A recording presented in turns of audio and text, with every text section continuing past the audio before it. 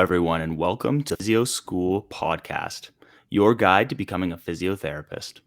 My name is Reed Vandervluten, and I am joined by my co-host all the way from Vancouver, British Columbia, Anthony Pinto da Costa. How's it going, boss? Reed, absolute pleasure being on here with you again, and it's going well. Weather's kind of changing around here because we're heading into November, so Vancouver is making a comeback, but we're okay. We're okay. How's Berta? I've got snow Calgary coming next week, so Yeah. I take your situation. And aren't you leaving pretty soon here? I am. So most of November I'll be in Brazil, so I am evading the Vancouver, but I'll probably still get a little bit of it. Yeah, no kidding, eh? Well, I'd much rather your situation than mine for the next 2 months, that's for sure. Absolutely. I'll send you some pics, though. Perfect. Yeah, you have to. You have to. Awesome. Well, we were both talking just off air how excited we are to have our guest on today. He is what I would call a big fish in the physio sea, and definitely one that Anthony and I have had the fortune of looking up to as we've gone through physio school and began our careers. He's a physiotherapist, clinic co-owner of the Movement Physio and Performance in Dundas and Brantford, Ontario, and you have probably heard him as one of the hosts of the PT Coffee Cast podcast. Welcome to the PhysioSchool Podcast, Dalton Laino. How's it going? Boys, thank you for that intro. Holy, you guys putting me up on a pedestal. I got a lot of pressure on me now. We have to. I was telling Anthony before, like, it's a full circle moment. I remember listening to you and Will standing at the bus stop for me to go to placements during my first year of physio school. So this is huge, and thank you again for joining us, of course. Oh yeah, man. I appreciate you guys listening, and it's likewise on my end. Like, I'm still always so grateful for anyone who tunes into the podcast and listens and lets us know and gives us feedback. So, the fact that you guys were listening to us, and we've also grown a little bit of a relationship between each other. It's awesome. I really appreciate it as well. Wicked. Well, as you know, what we like to do here is get to know our guests a little bit, but also try to provide really valuable content for people who may be applying to physio school or in physio school right now. And I think this episode is going to be of a lot of value for people not only not in school yet, but also just finishing up in the middle of it, because we're going to talk about some things that you've got going on that I think could help them. But I'm wondering if you could start by just giving a bit of a background into yourself so the listeners kind of know who you are, where you're from, maybe like where you did your school and education, and then kind of what your day-to-day looks like right now would be awesome. Yeah, for sure. Well, I'm the only representative of Ontario on this podcast right now. So I'm currently in Hamilton, Ontario, where I'm one of the founders and owners of the Movement Physio and Performance, where I also practice there as a physio. The reason I got into physio has a lot to do with my upbringing in sports and being around health and fitness for most of my childhood and leading into university. I was always interested in that aspect of the body and pushing yourself and exercise. And I think physio kind of was just one of those routes that you could take after getting into kin. There wasn't really a lot of options. So I think physio was always one that was thrown out. And it's funny. I think back as to why I wanted to go into physio, and one of the bigger drivers was, I remember one of my professors at my undergrad had asked, for some reason she had asked me what I wanted to do. I think I was visiting her office hours, and I was like, I think I want to try and go into physio. And she kind of laughed and was like, yeah, no one gets into physio. And I was like, oh, okay. So it started with a little bit of a chip on my shoulder, and then from there I really started to realize the profession itself was a great platform for me to do a lot of the things that I love. So obviously encompassing exercise and health and training, but at the same time, being able to work with people and help them reach their goals, as well as education has always been something that I've liked. I thought about maybe being a teacher, but also always wanted to be a coach and really thrived in that kind of environment. So I realized that physio was a great opportunity to do that. And that's kind of what took me to Western, which is where I did my master's in physical therapy from 2016 to 2018, and then graduated from there, worked a bit in London as a physio and strength coach. And then in 2020 is when myself, Will, and my business partner, Don, decided to open the Movement Physio and Performance. And that's what my days are consumed of now, running a business, which I love, as well as still practicing and growing the team and doing all that fun stuff. Amazing. Isn't it wild to, you say 2016, 2018 so candidly there, but it's like, man, that was like 7 years ago. Like it's wild to think about that. Yeah, it's a weird thing because it's like it seems long, but it's not that long. Like Yeah. it's in a weird realm, like it seems so long ago because I'm so busy doing stuff now, but it really isn't that long of a time from like when I got into physio school and doing what I'm doing now. And so it's always like a weird thing for me to reflect on. Absolutely, man. Yeah. I know you mentioned health, training, lifestyle, pushing yourself a few times there. So before we get into, the meat and potatoes of our discussion today, as you know, I'm a fellow Strava buddy, and I've been following your marathon training quite quite closely here over the past, man, it's been like, you've been doing it for a while now. So tell me a little bit about that. How'd you get into that? Because I know you weren't like as big into running before, and then this, started springing up in your life a lot more consistently. So talk to us a little bit about that. Yeah, I'm always trying to find a new platform to like become viral on, like so I'm thinking Strava might be the one, but yeah, running has been a big part of my life over the last like 3 years. So I back in 2017 I ran a half marathon as like a bucket list kind of thing, like, all right, I'm just gonna check this off and move on, and I really enjoyed it, but kind of moved away from it and focused more on like strength training, CrossFit, which was kind of like what I really loved to do after I stopped playing football. And then when the pandemic hit, was really like kind of like flipped the switch for me. A lot of that was I couldn't bear the fact to like work out in front of a computer screen. Like I just couldn't do it. Like I couldn't do those like Zoom classes, YouTube class, whatever. I couldn't do it. So I was like, all right, I'll just start running again. And I really just came to love like a lot of the mental side of it, which is just like, it's really only you. And like, it's either you decide to go forward or you don't. There's no one else that can kind of really, do that for you. And it also gave me some time to just be by myself. So I do a lot of my running on my own, which I think was like a good, just like almost like a meditative kind of thing for me, where I could clear my head and just be with myself. And then I think running offers like a very cool linear progression. Like you can very much see like, okay, I used to be able to run 5K and now I can run 10K and now I can run 15. So there was something about that I really, really enjoyed. And now I'm hooked on it. I still strength train quite a bit. I can't let that go. It's like in my blood. But I really enjoy running, and I'll probably continue to do it for most of my life, I would think.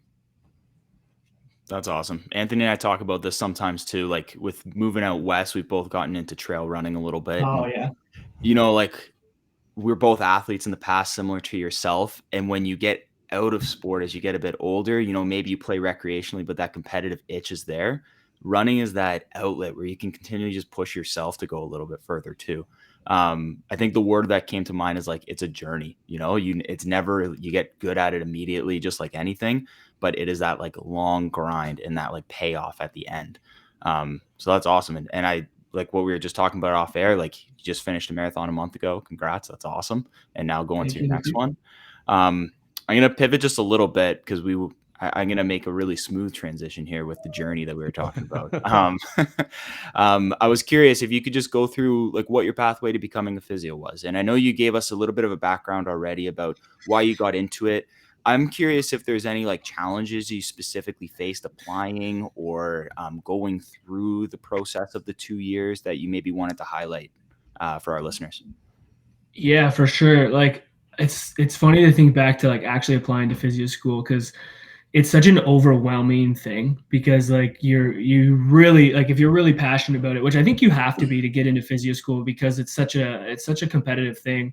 And I really, really wanted to get in. It was something that I was really passionate about. And I just remember like thinking that it was almost impossible to get in. And I think for me, the biggest challenge was probably just trusting the fact that like I had the grades and I had a lot of the volunteer and a lot of the references that I needed, and just trusting that that was going to be enough. And I think a big part of it is like making sure that you are putting in the work and like getting a good full application. So for example, like I wasn't always like the smartest. Like I didn't have the highest grades. Like my grades were there and borderline of what needs to get in, but I knew like I could leverage like volunteering and being from different realms and some of the jobs that I had worked with like special populations and things that made me who I was, but also would make like a resume that would be, you know, supportive of getting in outside of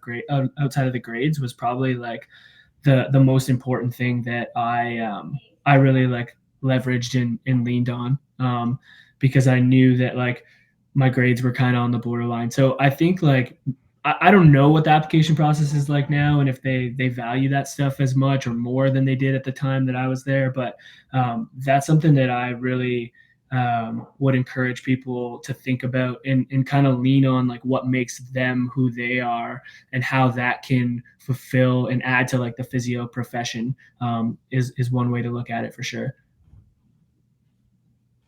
Yeah, amazing. I was gonna ask, like, when you eventually got in, did you go back up to that person who said it's impossible to get into physio school with your letter and just show her, look, anything's possible? Or Yeah, I wish I would have. No, I didn't, honestly. I just like I was like, I'm good. She did what she needed to do for me. Maybe she did it intentionally, but um yeah, and I mean like I was able to get in, like I applied to like all the Ontario schools, and I was actually able to get into like every, like I got accepted to all the schools except for McMaster. And then I got waitlisted at Western, which is funny. I ended up going to Western. So I was actually going to go to Queens, which I know both of you boys were there. But I was actually like, I was dead set on Queens. I'd accepted, like conditionally accepted the offer. I went to Kingston, love Kingston, like way more my vibe than like Toronto, which is why I didn't end up going there. And then like a week before the deadline of getting off the wait list was up, I got a call from Western, and I ended up going to Western because I was just closer to home. I lived in Windsor at the time. I had a bunch of family there, so I was going to live with family, and it was just like way easier financially. And so, but it's pretty funny. Like I was almost at Queens. that's funny. That's Yeah. wild. Your story is a good one though too, because like what we get often is Western usually comes out with one of the higher GPA cutoffs of the schools even across Canada, right? So for you to say, hey, my GPA wasn't my strength, but I still put my application in, made it as strong as I possibly could elsewhere, and still got in off that wait list and had a really successful time there. Like that's important for people to hear as well. Like always take that shot, take that opportunity when you even have a chance, because you never know what can come out from the other end on it. Yeah. Yeah, for sure. And I think Western has like a written submission, right? Like you write. Yeah. So I remember like, and it's on, I don't know if this got me in or whatever, right? But I was kind of trying to lean into like the profession itself and what I felt like I could do, you know, what I felt like Western would do for me as someone who was going to be a physio, and then like as for my career. But then I also like wrote a little bit about what I hope to do for Western in like the program and the profession. And I thought that was like something I tried to like lean into a little bit, because I thought maybe it would help me stand out a little bit than just writing like your typical kind of submission, and kind of talk about like, hey, here's what I think Western can do for me and why I'm applying and what I value from from the school, and then here's what I think or what I hope to bring to the profession and my classmates and the people around me. And again, I don't know if that is like got me in, but I'm sure it didn't hurt me to like express those things. And looking at it now, it's kind of cool to see like some of the things that I had mentioned. You know, I am pursuing those things and I'm doing those things. So I think if that's something that you feel like would be valuable to share, like it's important to lean into that kind of stuff. I think people do look at that.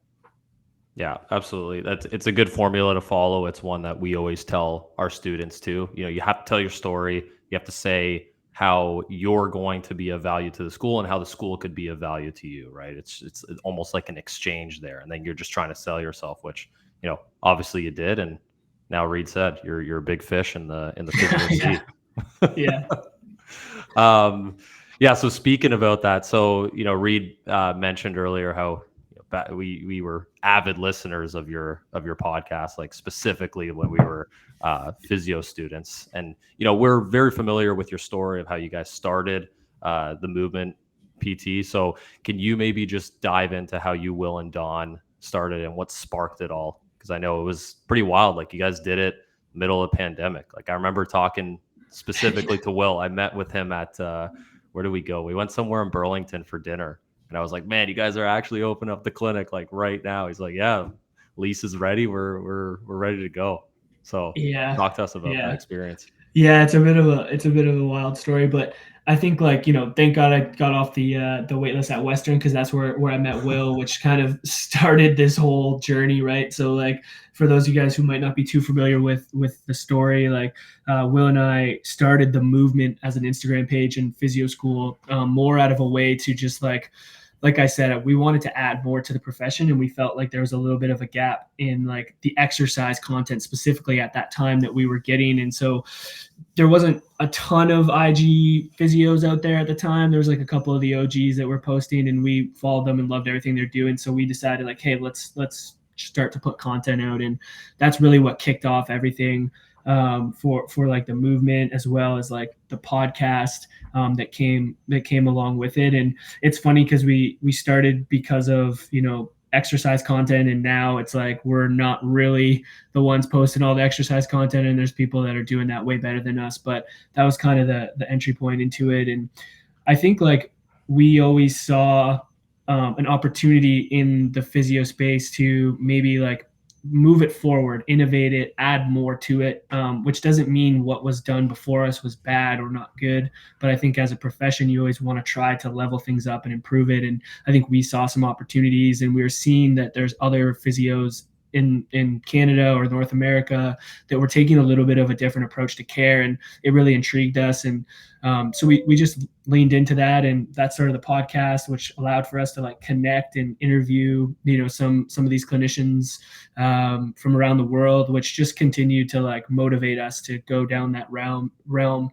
And then I think what led to us actually opening like the physical space and becoming a business was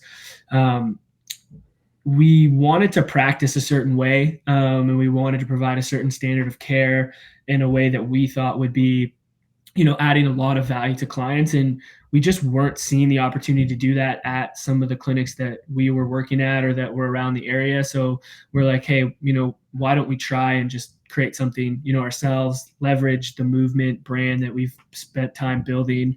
And so that's what we did. And I think a big part of that was actually Don coming into the picture. He was Will's manager at his clinic at the time and a mentor to Will. And he actually went up to Will and was like, hey, I'm thinking about like doing my own thing. Like, would you be interested in doing it with me? And Will's like, well, yeah, but I come in a package of two.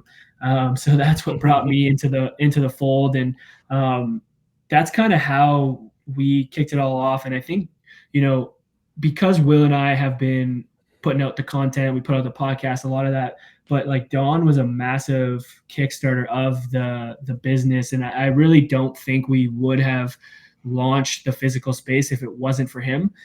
He's a very like go kind of guy. And he really pushed us. Like the second we were like, hey, yeah, like let's do this, he was looking at places. He was like, hey, we should do this. Like he's very much like taking action, and Will and I are a little bit more like slower to move on things.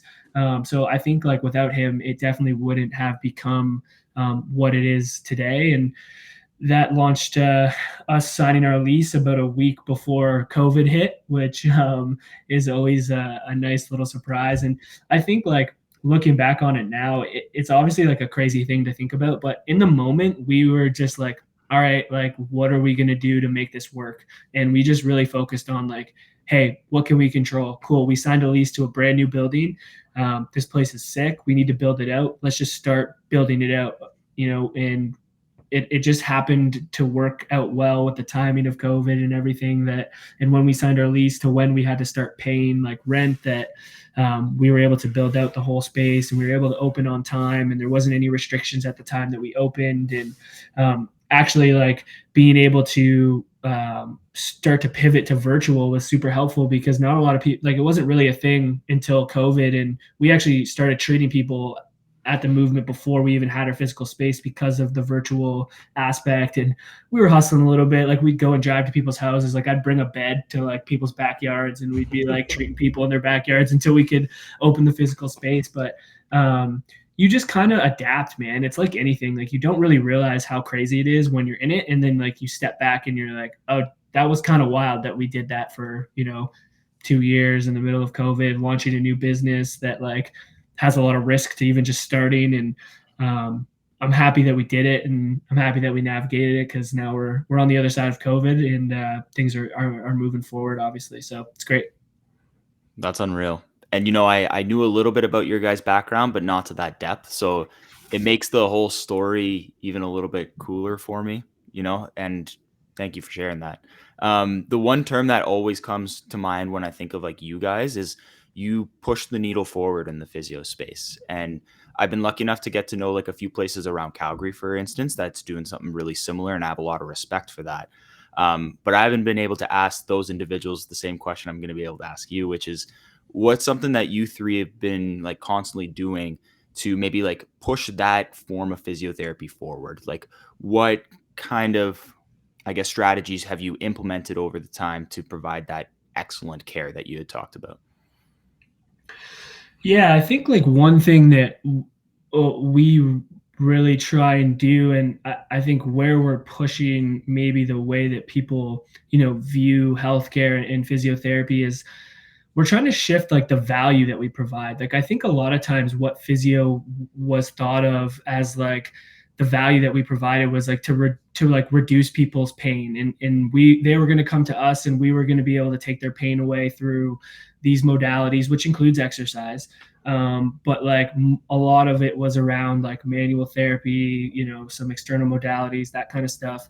And that's what's the value has been marketed to the public. And when you look at why people a lot of times will come and utilize physiotherapy services, a lot of it is driven by that. And that's what the profession had leaned on to market. And I think one thing that we're trying to switch a little bit is like the value that we provide isn't like, hey, come to me and I'll reduce your pain. It's like being able to educate you and provide you with the tools to be able to manage things on your own and really look at people's health, and push that forward. And we really try to market that like, hey, we are educators. We can help you make behavior change. We can help implement like a healthy, active lifestyle that is going to just change your health in general, which by proxy of that, if you have an injury, is most likely going to improve that. And it doesn't mean we, obviously we're still treating tendinopathies and back pain and we're getting people better, but we're trying to show them that like, hey, injuries do happen, but here's something else that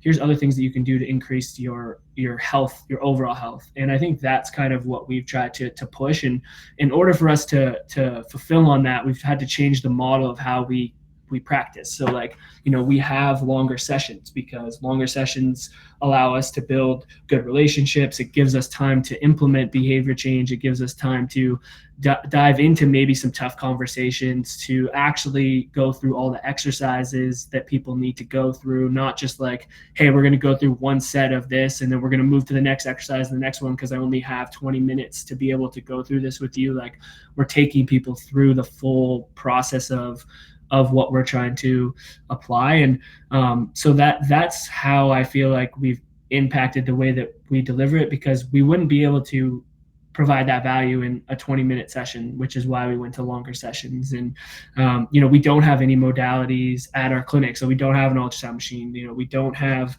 use acupuncture. We don't use any of those things. And it's not to say that those things aren't valuable, but it's to show that like, hey, we're going to take this different approach that's more around behavior change and health, overall health, and strength training and making good choices and all that stuff. Like, we're not going to have those other things here. And we're going to show you that, hey, we can help you with these injuries and beyond that without that stuff. And so that's kind of some of the things that we've done to maybe separate or come at it from a different perspective.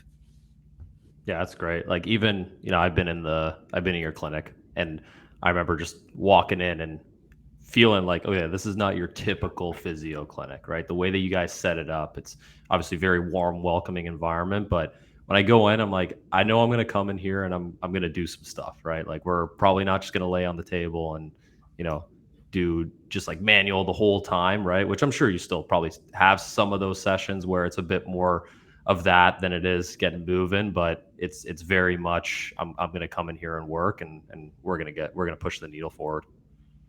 Yeah, a big part of what we wanted to do was also like provide a different experience, and that starts with like how the clinic looks and the feel, and like, you know, a lot of clinics you walk into are there's not a lot of windows. It's in a like it's like your typical like medical office, and we wanted to have a place that was like motivating and inspiring and bright, and like where people are fired up to come in. Like they're in a shitty spot, but they're fired up to come in and like work on this stuff and get better and improve. And I think a lot of that starts with the environment and how you interact and how you communicate to the clients. And these are all things that we really wanted to like implement and hopefully like provide a standard that like the other people want to, you know, take on as well, right? Like if people are seeing that we're doing those things and like they're like, hey, this looks awesome, like we should implement some of these things. Like that's how you move professions forward or get better. And it's just something that we want to do because we know how impactful the profession of physiotherapy can be and has been,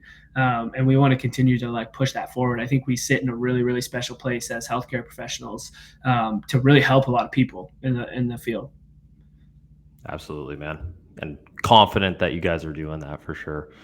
I wanted to ask you and just pick your brain about your daily juggling act. You know, you're a lot of things, man. You're a clinic owner, you're a physio, you're a podcast host, a marathon runner, significant other, a son, you know, list goes on. Hannah Moves ambassador. Hannah Moves ambassador, right?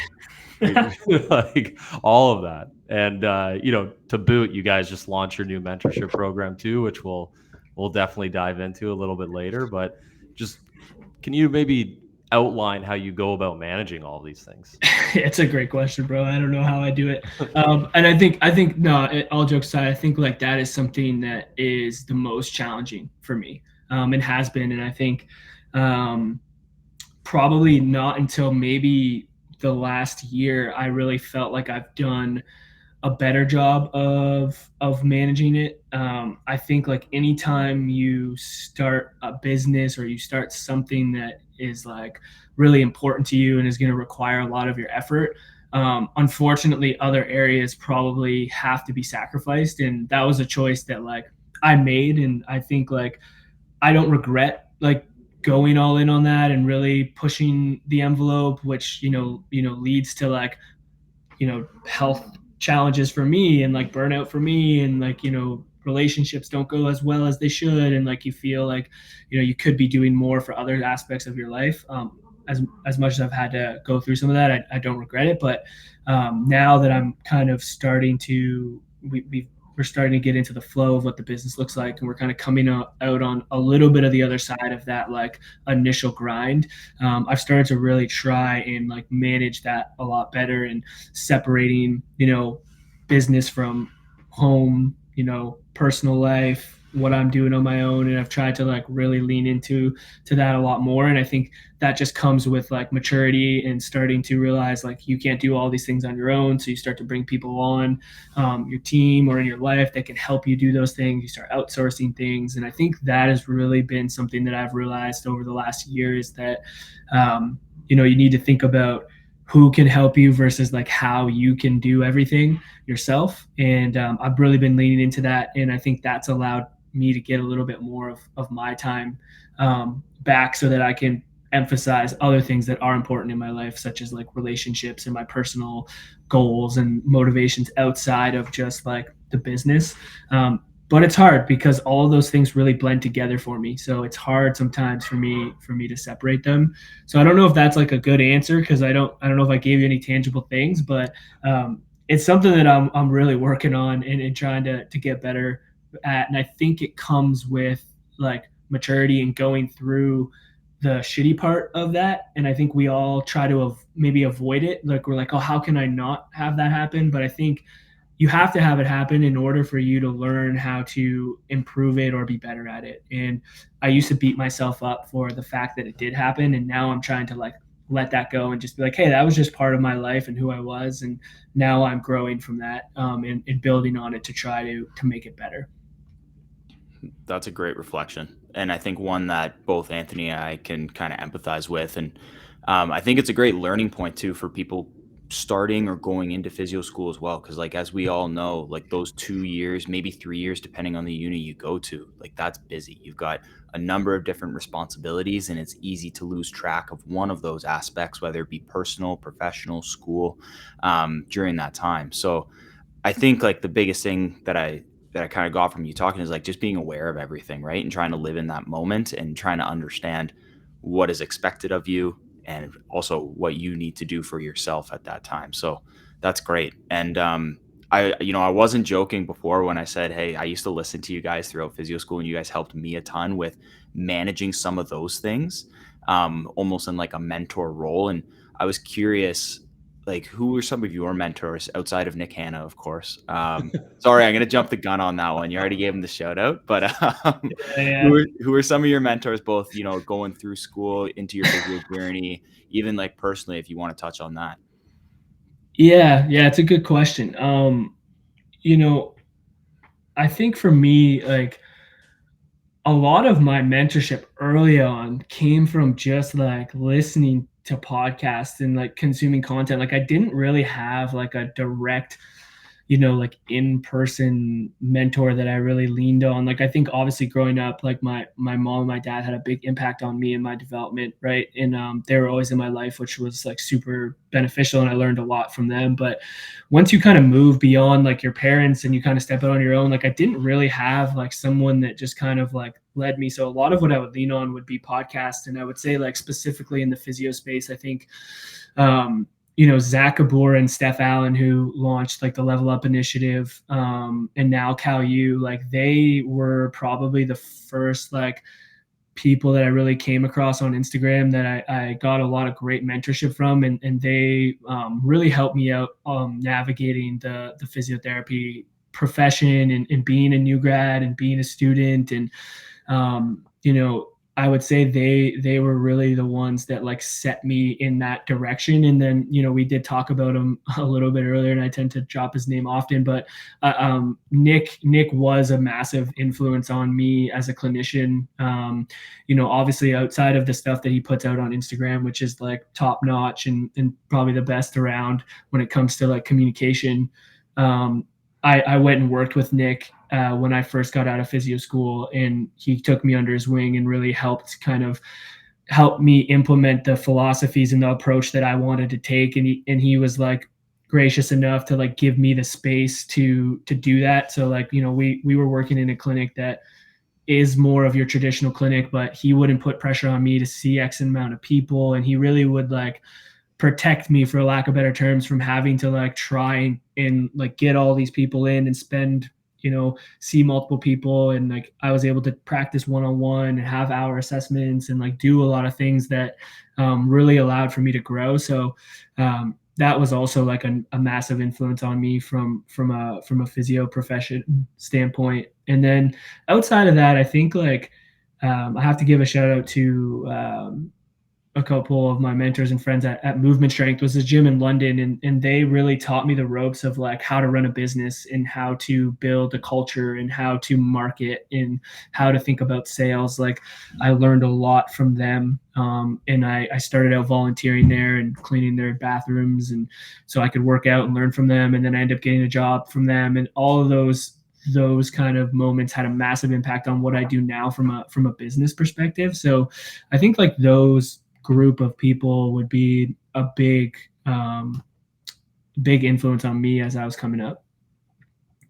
Yeah, absolutely. And I love how you mentioned the podcasting and listening to other people, right? Because a lot of times people talk about the negatives of social media, but there's a ton of positives too, right? Like these people have no idea that they were a mentor to you, unless maybe you send them a DM, which I'm sure you guys did every now and then to people. But like this is why we put out content, right? So that people can listen to it, consume it, and learn something from it. Yeah. People knock social media, and it has its negatives, but like I've been posting content for a while now, and obviously been consuming content for a long time. And I think you have control to utilize it for the positive, and it's changed my life. Like none of anything that I would be doing right now would be possible without social media, which is like a free platform that I get to utilize.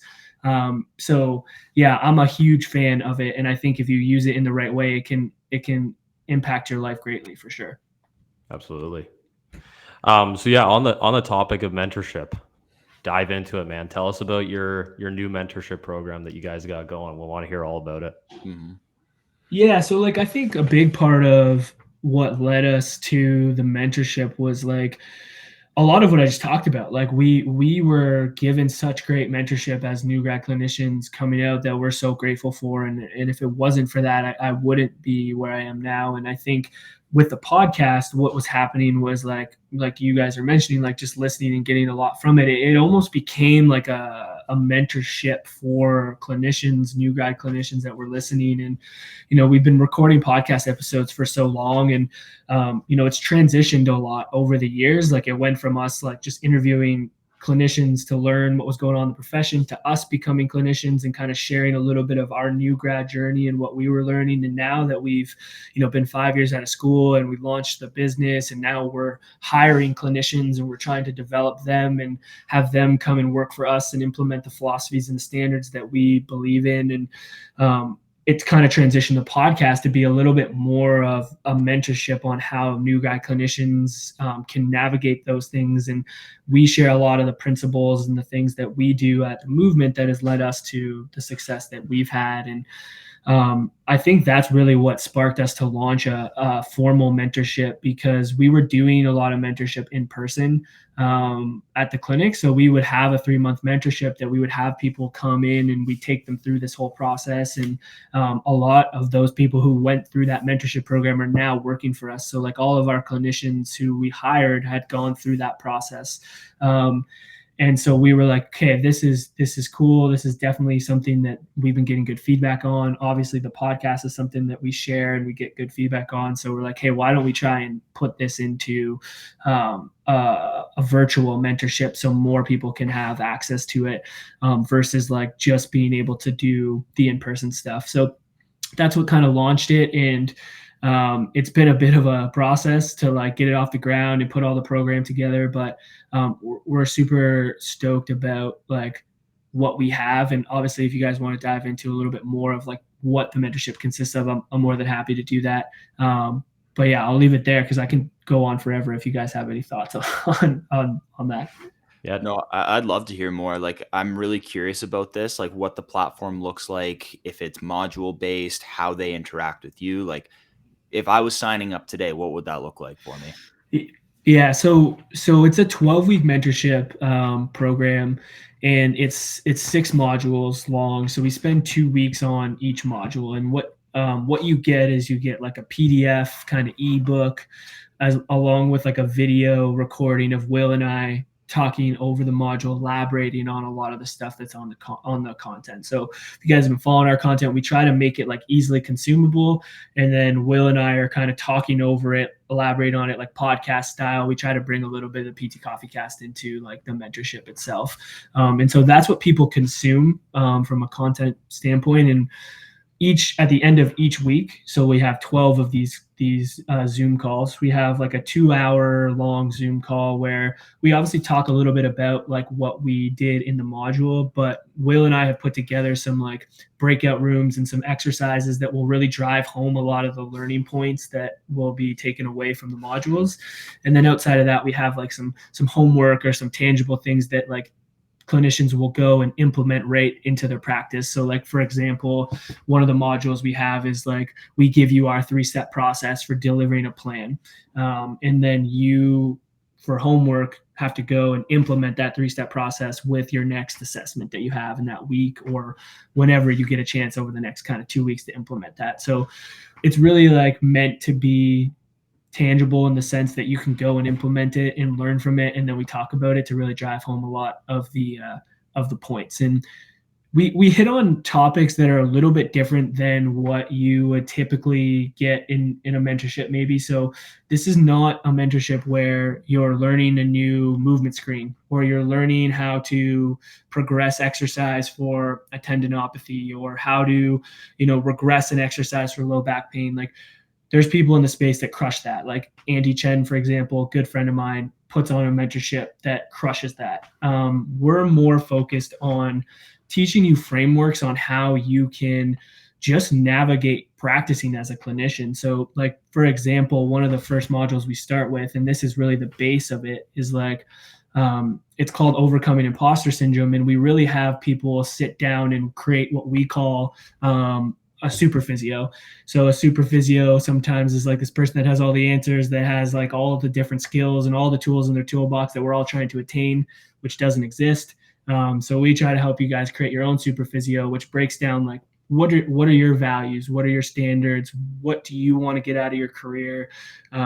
What do you like about certain physios that are practicing currently? What don't you like about certain physios or certain ways of practicing currently? And it's almost like your guiding light for how you pursue your career. Because I found for myself that like imposter syndrome really became a thing or made me really anxious when I didn't really know what I wanted and how I wanted to show up and what I wanted to do with practice. And if you establish that, then you have something that's always going to guide you with what courses you take, what job you take, all of that kind of stuff, which can really limit your imposter syndrome. So that's a big basis of what we start with. And then we go into things more like client experience. So what is it actually like for a client to walk in your door and get a good experience? What makes that?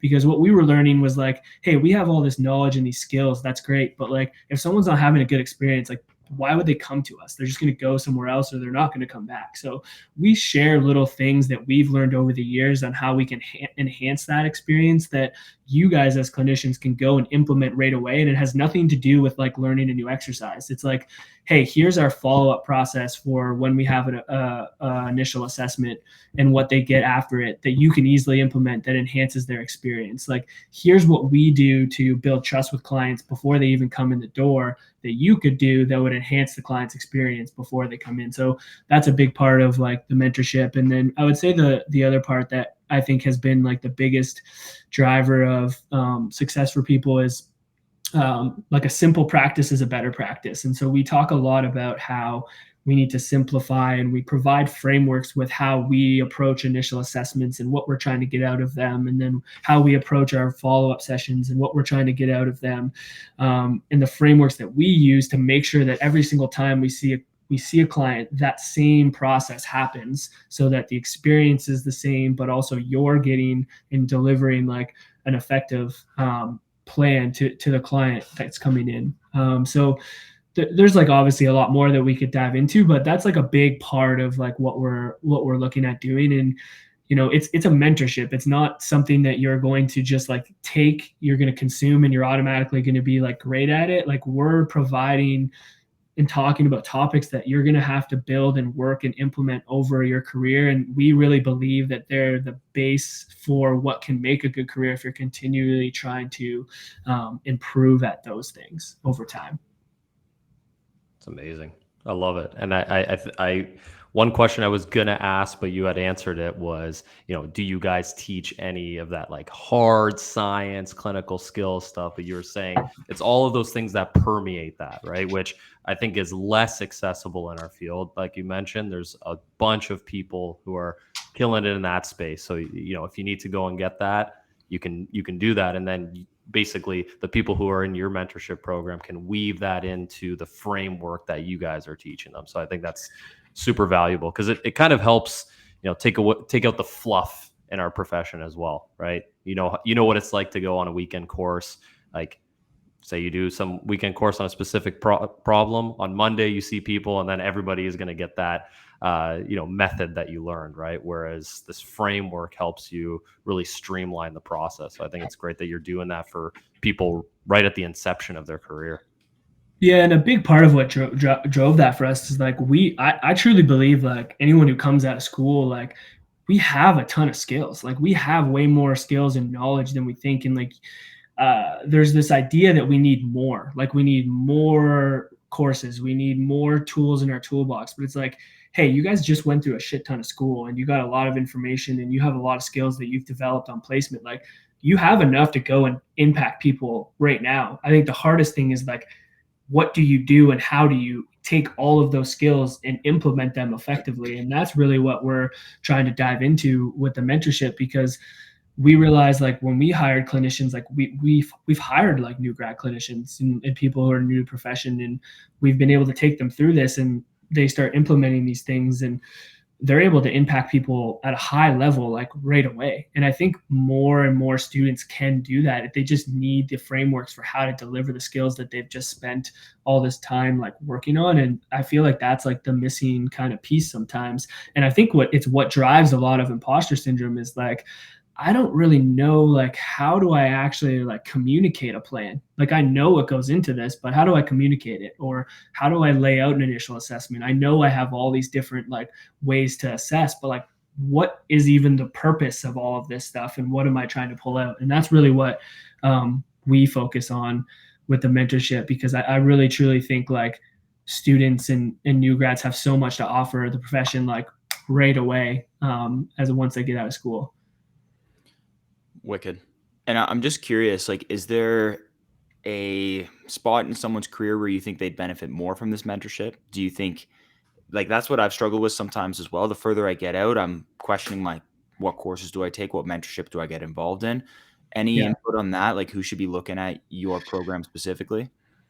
Yeah, I think like the sweet spot, and like, we know through our cohort that we had before, we had a good range, and we also didn't just have physios, which was cool. Like, when we initially launched it, we kind of like were marketing towards just physios, and then we ended up getting like chiros and like athletic therapists. So like, it's really any healthcare professional that is looking to kind of level up and looking for the type of mentorship that we have.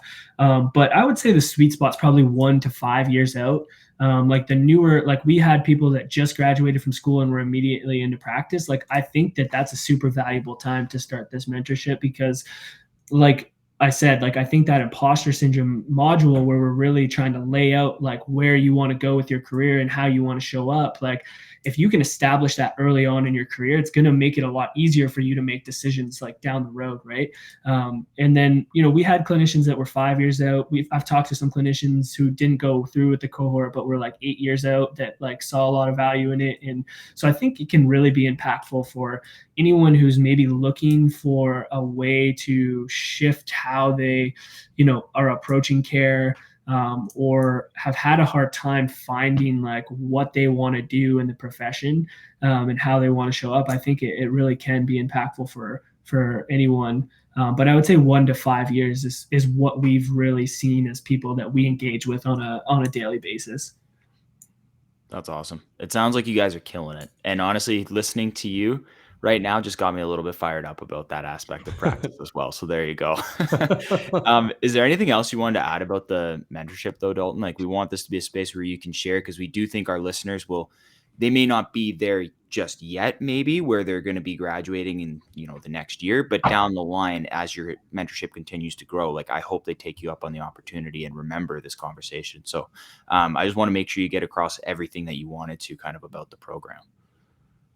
Yeah, I think we covered a lot of it, and like the one thing that I was very surprised by when we got through the first cohort, because you always have expectations of like how you want things to go, and I think in today's day, you always want you think you want something that's like super easy to access and that you can go through really quickly and get it done and like have like all the digital access to like the modules right away. And what I've been realizing is like we're actually like looking for way more nuance and in detail, and with the mentorship, like the Zoom calls that we had were like the most valuable things, where we're spending, an hour and a half to 2 hours, like really diving into a lot of these things and going deeper and explaining them, and getting to really know the people in the cohort and how they can help each other. And so I think it really shifted my mind around how I want to approach the mentorship and like how we want to grow it, is like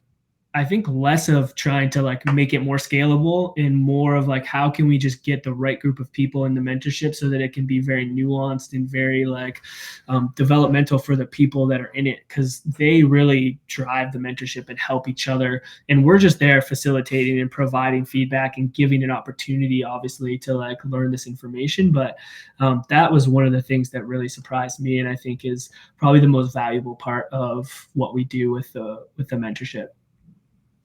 That's awesome. Wow. Anthony, any other questions on that? I'm good, man. I think you laid it all out. Every time I had a question coming, it answered it. So I think you're good. Awesome. Nice. I think we got just a couple more questions here for you. I was curious, like how you, or maybe not how you, but like what advice do you have for people who want to own a clinic in the future while also being a physio? I came out of school thinking, maybe that's something I want to do. And I know I talk to a lot of students as well, even at the undergrad level still, that they're like, I want to own my own clinic. So what advice do you have? You're in a perfect position to educate the people. Yeah.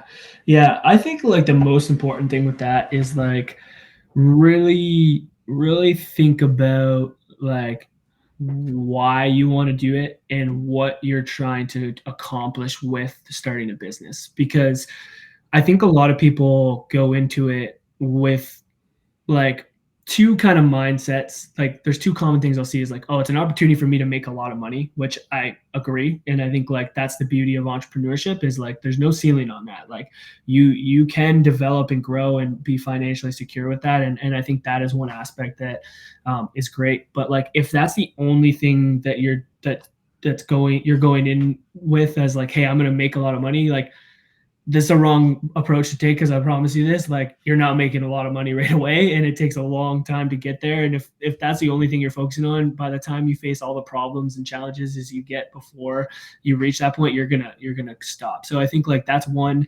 And then the other one is that like they want to be their own boss and like have their own schedule, which again, another super amazing benefit of being an entrepreneur. But on the flip side of that, like I'm working way more than I ever worked in a clinic, and there's way more things going on that add to the stress of being a business owner and the challenges outside of like, yeah, hey, like I can go have a coffee at 10 o'clock on a Tuesday, but if something falls apart at 11 p.m. on a Friday, I'm answering the call, right? So like those two things I think are a lot of what people think about when they go into entrepreneurship. And I think that if those are the only drivers of why you're getting into it, it's probably not a good idea to get into it. And you need to really think about what kind of change you want to make and what your vision and your why for doing that is. Because if you have a really good vision and a really good why as to what you're going into the profession as an entrepreneur to do, that's going to be what's going to drive you through the more challenging spots. And I know it sounds really cliche, but like it's the truth. And like the mission of what we're trying to do, which is, on a day-to-day basis, is empower people to take control of their health. And like on a bigger vision of the movement is like to change the way that people view and consume healthcare. And like those are the things that drives me and drives us forward as a profession and as a company, and me as an entrepreneur. And like that took a lot of time for me to think about and establish. And if it wasn't for that, I don't think I would still be doing it. So that would be my advice, is like really think about it and establish those things before you dive in. Yeah, I think it's great advice, because there's a lot of unknown for people who aren't in it right now. Like you mentioned, kind of like the quote unquote ugly side of owning a business too, right? Like if like taxes. Yeah. And literally, like you mentioned, something falling apart in the clinic. Like you got a leak or something, like that's you. Yeah. There's a lot of things that you're like, oh shit, this is not what I expected. But that's why, like, if you have, like, for me, it's like, all right, we'll figure this out, because like we're on a mission to do this, right? And that's that's why it's important. Yeah, totally, man. I think that's great advice for anybody who's young and up and coming and listening to this. Still staying on the topic of advice here. I know you touched on this a little bit, when we talked about personal submissions and GPA. We know it's been a bit since you applied. Same with us, right? You were 2015, 2016. We were 2016, 2017 when we applied. Do you have any advice anything else that you would mention to prospective physio school students? And this could be specific to Western. This could be just specific to any school in general. Yeah. I might have hit on it a little bit earlier, but I really do think like getting some experience in volunteering in different different areas of like what makes the profession what it is. So like when I look at the profession, a big part of what we do is educate. A big part of what we do is work with different populations of people. A big aspect of what we do is communicate. So I think for me, if I was going back, and what I would do is like I would go and I would make sure that I volunteer or have some type of experience in those different industries that are like core kind of skills of what a physiotherapist should be. Outside of obviously just having like really good grades. And I would hope, and again, I don't know what the selection process is, but I would hope that as a profession, when we're choosing students and people that are coming into schools, those are the types of things that they're looking at and considering outside of just their GPAs. And that's what I think is important for, new students and clinicians to have. So I would lean into those skills and really try to focus on getting some experience in that, because I think that provides you with like a fully encompassed like resume that is maybe going to separate you a little bit from someone who has the same GPA as you. Like if we're taking these cutoffs that are so like challenging to get to, like people are going to work really hard and get there. Like what's the difference between this person and that person if we both have the same GPA? Like I think those things can be big separators in my mind. So I would lean into those. That's awesome. Yeah, and the application process, thankfully, is definitely moving in that direction as well. Whether it be every school using the Casper program, well, pretty much every school, they've introduced now a video response component to it, so people can actually watch you and see how you answer and how you talk. And then most schools still involve interviews, so it's definitely moving in that direction, which we love to see as well, because we definitely agree with what you were saying there, Dalton. Nice. Awesome. Any last like words, wisdom, thoughts at all? And this goes for you as well, Anthony. Like anything else you wanted to pass along to our listeners? And of course, thank you for joining us. This has been awesome, like an unreal hour. So I can't thank you enough for it. Yeah, should have got another cup of coffee, boys. We're going hard. Send us a bag. Yeah. RIP to the OG blend. Any last words? I think like the most important thing, obviously like students and just in general that's really impacted my life is like, if there's something that like you're like that fires you up, that excites you, that like deep down you want to like do and explore, like just go and do that. Like start pulling on that thread and see what happens. Like for us, it was like putting content out on Instagram, and like this is something that we just really wanted to do, and like I've always wanted to do, and I was nervous and scared, obviously, like everyone else is when they first start putting stuff out. But I just kind of leaned into that and kept kind of pulling on that like interest in something that brought me a lot of joy, and that's really developed into something that I could have never thought was possible. So I think a lot of times people have that little fire inside them that's like leaning in there that they kind of feel, and they ignore it for a while. I would say like pull on that a little bit, whatever it may be, whether it's physio related or not. Yeah, that's key. Reed, it sounds like Dory needs you there. And any last words from you before we wrap up here? No, outside of take the movement mentorship. That's it. Absolutely. Let's go. Absolutely. I love it, man. So plug time, Dalton here. Tell us where people can find you guys, you yourself, the movement, the mentorship program, all of that.